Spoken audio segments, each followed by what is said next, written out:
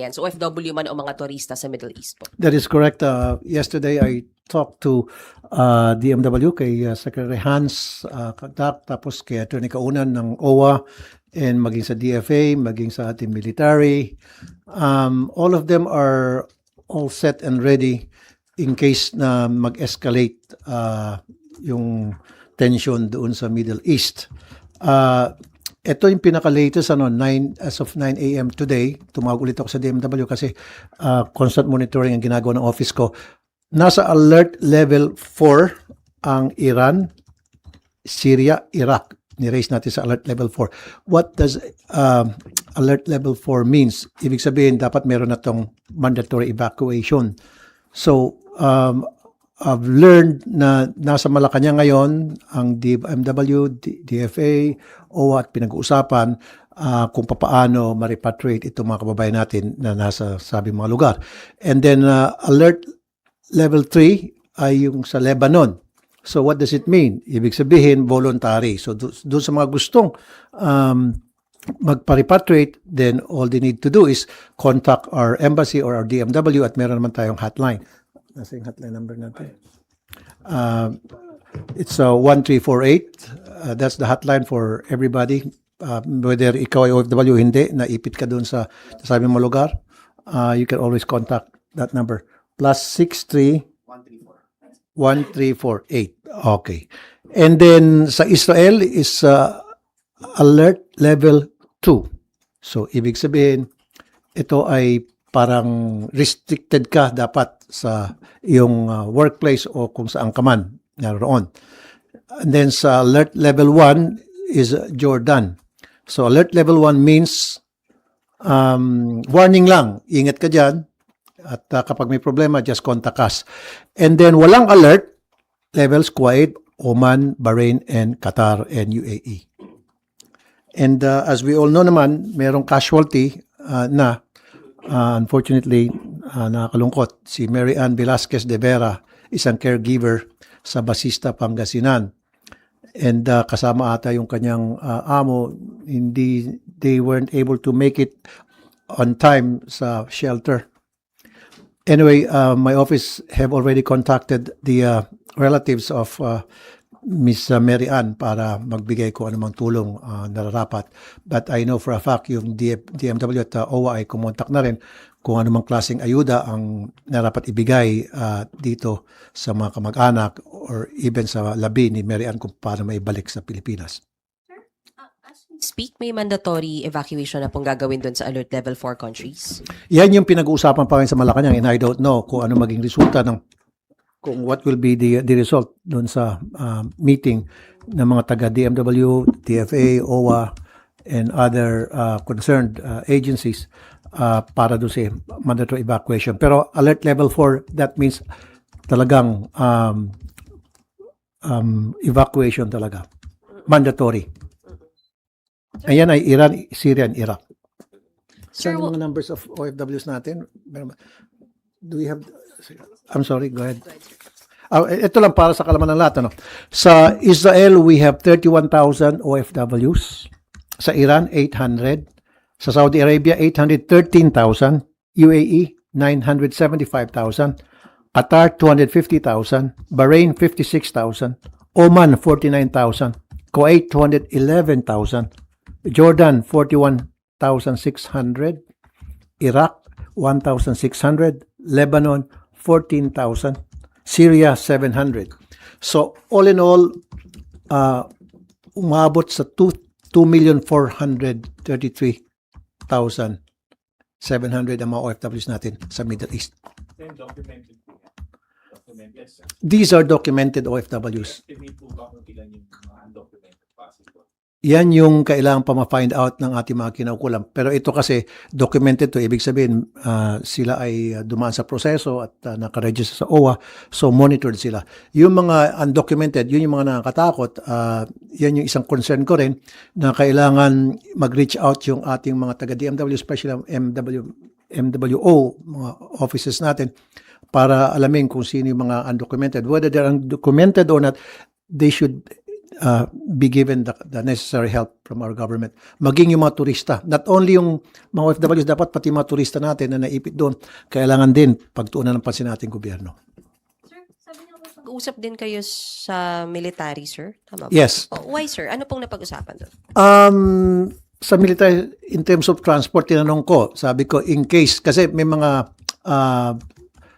airspace na open pa rin, na pwede naman puntahan para sa evacuation natin mga OFWs.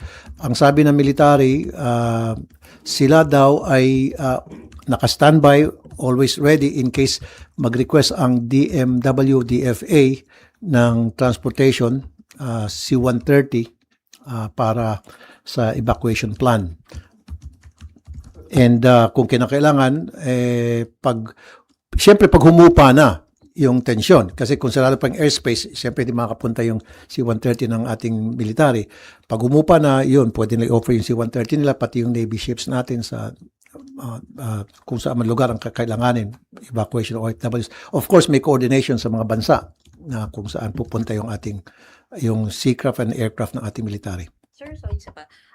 Ano yung nakikita yung implication dito sa Pilipinas naman, sir? Locally, basic malamang may pag-spike ng crudo. Thank you very much for that question. Kasi I'm not only concerned sa ating mga OFWs, concerned din ako yung pagtaas ng langis. Pag tumaas yan, maapektuhan yung transport group natin. So dapat nakaready yung ating gobyerno pagdating sa subsidy, all subsidy sa ating mga fisher folks, sa ating mga transport group, sa mga tricycle driver, jeepney driver, maapektuhan yan, pati mga farmers natin. I've heard na wala raw atang budget na kalaan for fuel subsidies for this year. But when I talked during the last hearing to people sa DBM, and I was informed na meron pa raw ng natitira from the previous year, kasi 2025 yung tinanong ko, yun siguro ang gagamitin. So, yan, i-monitor ko rin kasi ako rin yung chairman sa public services. So, concerned din ako sa ating mga kababayan dito na maapektuhan. Again, yung transport group natin and fisher folks, maging mga farmers. Pabriefing din po ba kay Secretary Galing kung gagawin ng DOT? Kasi parang sinarado na rin yung Sam Strait doon sa sira na dinadaanan ng mga oil products. That is my plan. As a matter of fact, maybe this afternoon, I'll give her a call. Tingnan ko kung anong status at ng plano ng ating gobyerno in case na tumaas talaga yung presyo ng langis na lubos maapektuhan yung ating transport group. Sir, sabi po ni Senator Win Gatchalian na gusto niya na baguhin, di ba po parang $80 per barrel, doon pa lang tayo maglalabas ng subsidy. Gusto Yes. daw niya na percentage increase, bali baguhin yung formula. Would you support it po? Very much. Kasi nabanggit ko na nga yan nung previous hearing, sabi ko bakit hintayin pa natin na umabot ng $80 per barrel bago tayo kumilos, bigyan ng subsidy. Samantala yung mga gasoline station, konting taas lang ng langis sa abroad, agad-agad tinataas na agad nila yung presyo nila dyan sa mga gasoline stations. So tama. I agree with Senator Win. And yan naman talagang stand ko noong pa man. And sir, the subsidies will only be for the fisher folks and yung mga farmer. Sir, paano yung mga middle class and all the other Filipinos na maapektuhan din, sir, yung pagtaas ng presyo ng Siyempre, unahin natin yung mga maliliit nating kababayan, yung mga tricycle drivers, yung mga jeepney drivers, yung mga bus drivers, yung sa public services. Now, dun sa mga middle class, that is something that has to be studied, of course, by proper authorities. Kung kinakailangan bigyan sila, so be it, why not? Siyempre, isa rin sila sa mga apektuhan kasi itong mga middle class natin, nagtatrabaho din sila, kasama sila sa workforce. Now, kung hindi natin sila bigyan ng subsidy, baka ilan sa kanila hindi na makapagtrabaho, hindi na dahil hindi makapunta sa trabaho dahil masyado mahal ng langis. It's a possibility. Kayo rin, di ba? Kaya dapat mabigyan kayo ng subsidy rin. Why not? Mahalaga din kayo sa media dahil kapag wala yung media, paano pa malaman ng taong bayan kung ano nangyari sa mundo? Di ba? do you see this tension, I'm sorry. being extended for a long time? How will this affect us, sir, kung tumagal pa tong tension na ito? Sir, please. Well, that is something na dapat ngayon pa lamang pag-aralan ng ating pamahalaan. I leave it up to the executive. Ako naman, nasa legislative ako, although every now and then I do some monitoring. dapat meron ng contingency plan, which binanggit naman kahapon sa akin ni Secretary Kakdak, meron na raw. So kapag humaba pa, tumagal itong tensyon na ito, dapat ngayon pa lamang meron ng plano yung ating gobyerno o game plan, so to speak, kung paano i-approach yung situation kapag naging tense na talaga. Sorry, dun sa meeting nyo sa DMW kahapon, yung mga pauuwiin for mandatory evacuation, may trabaho po bang naghihintay sa kanila dito? Or Okay, sa ngayon, wala pa naman nung mag-usap kami kahapon ni Secretary Kakdak, wala pa yung mandatory evacuation nangyari. Pero ngayon, meron na dahil level 4, yung kanina nabanggit ko na lugar. Now, yung nag-antay na trabaho, that is something na hindi pa ako sure. However, what I'm sure about, and I can tell you all, na meron nag-aantay na ayuda doon sa mga mapapauwi, ma-repatriate kasi in distress sila pagka-uwi nila. So may matatanggap silang ayuda mula sa DMW at mula sa OWA. That is one thing for sure. And then also mabanggit ko rin, tumawag din ako sa mga airlines, Cebu Pacific, Philippine Airlines, Qatar Airways, Gulf Air, Etihad Airways, Emirates, Kuwait Airways. May mga cancellation sila sa mga flights nila. Cebu Pacific, 2 kinancel. Philippine Airlines, 10 canceled, 2 diverted. This is for today. Qatar Airways, 6 canceled, 1 diverted. Gulf Air, 5 canceled. Etihad Airways, 9 canceled. Emirates, 8 canceled. Kuwait Airways, 2 canceled. So, maraming mga nagka-cancel. Dahil sabi ko kanina, may mga lugar na talagang yung airspace nila ay sinara.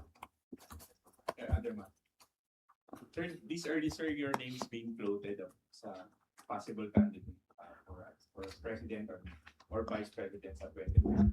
Ayoko sagutin yan dahil wala akong balak eh.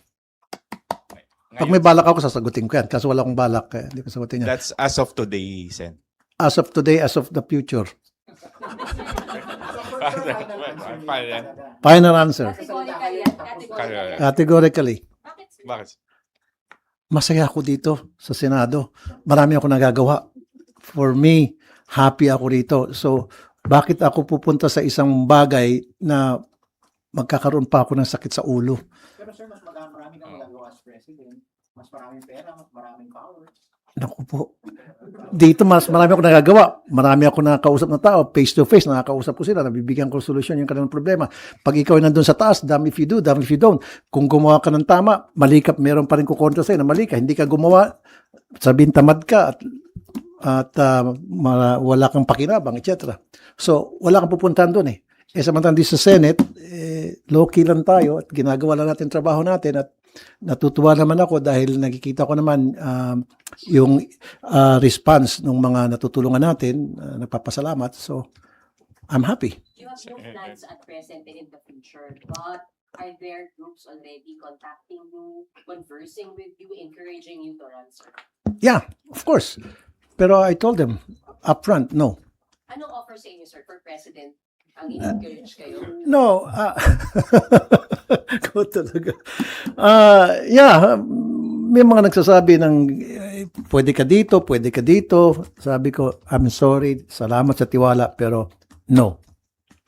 Flat no agad. Sir, re-election is... I don't think so.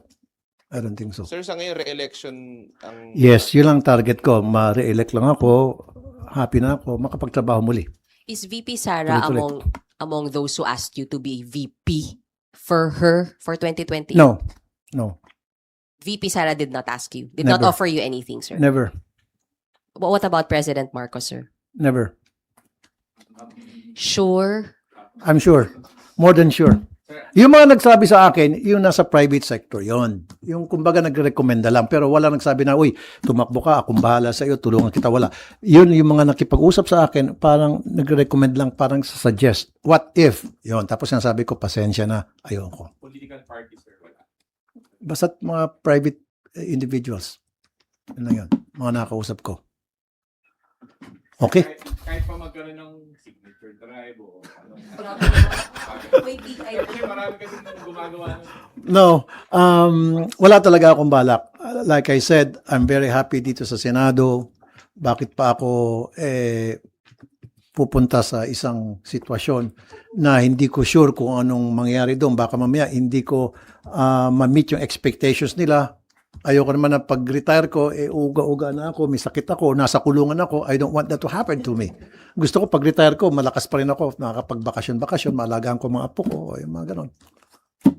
Tama, sir, 2028, you'll be up for re-election. Yes, up for election ako 2028. So that one you can say to us that you will be Yeah, running for yeah, re-election. of course.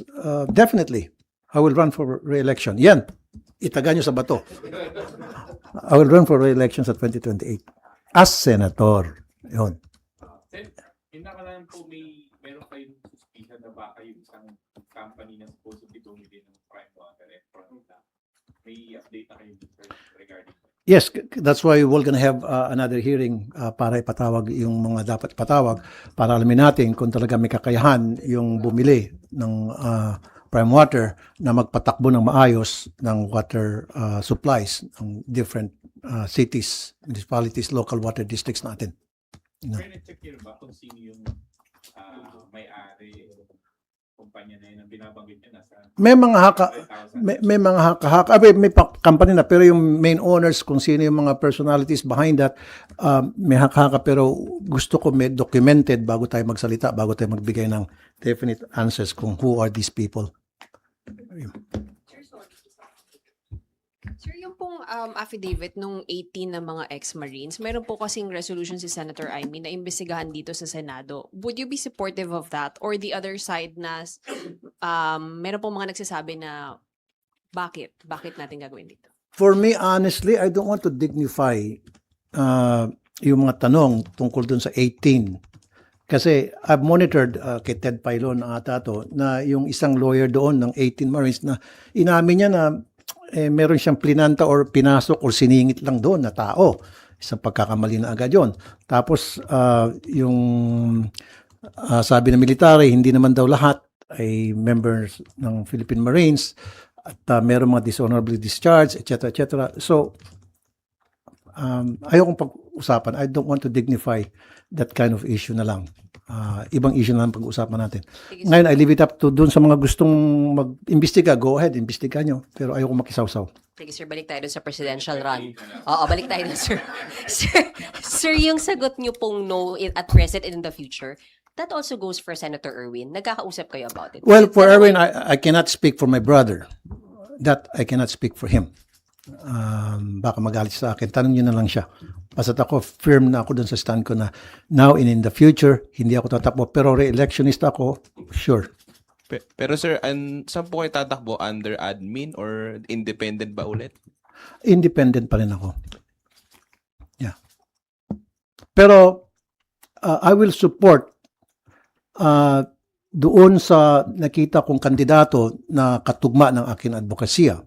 So whether would that be admin or that opposition, depende kung katugmay ng advocacy ko, sa nakikita ko na sincere talaga sila doon sa mga sinasabi nila at kaya nilang panindigan, then I will support that group or that candidate, whoever that is. So, sa ngayon sir, wala pa yung nakikitang ganun na kandidato. Well, may mga nagsasabi, hindi pa naman kumpleto. Sino pa nagde-declare? Si BP Sara, si Sen BP Sara lang. Si BP Sara. Well, ito yung masabi ko. Best of luck ang wish ko kay BP Sara at sa lahat ng mga nag-aspire na maging kandidato for the presidency sa 2028. All of them, whether that will be BP Sara, Senator Risa Antiveros, John Vic Revulla, Leni Robredo, sino pa ba? Yung Chis Escudero. No. I mean, yung mga nababalita, Bam Aquino, Kiko Pangilinan, yeah. Well, kaya nga, Mark Villar, wala. Now, kung sino man sa, lahat sila na magde-declare, from my heart, my wish for them is best of luck. Sir, may ano na? May mga kandidato. Ay. Kawa naman yung Okay. Sir, may mga kandidato na or planong kumandidato for 2028 who are asking your support. I mean, sir, syempre yung base mo for supporters ang laki, di ba? So, ang laking bagay if makuha din nila na ma-endorse mo sila. May ganun na ba at this Yeah, meron ako mga kakilala na kinakausap ako na baka naman sa 2028 pwede tayo magtandem, pwede tayo magtulungan. Sabi ko, sure, why not? Pero pinipili ko, titingnan ko muna. O sige, pag dito, hindi. Oo lang ako. Tingnan ko. Pero hindi ako nagpa-promise. Pero meron ako mga nasabihan na I will help and support. Hindi sa pagka-presidente, hindi sa pagka-vice president. Yung tatakbo lang pag sa Senate, yan. Pero wala pang nag-approach na humingi ng endorsement nyo na tatakbo for president or VP, sir? Zero. Wala pa. Wala. Kahit endorsement lang, sir? Kahit na endorsement, nada. Wala. Okay? Thank you very much. Thank you.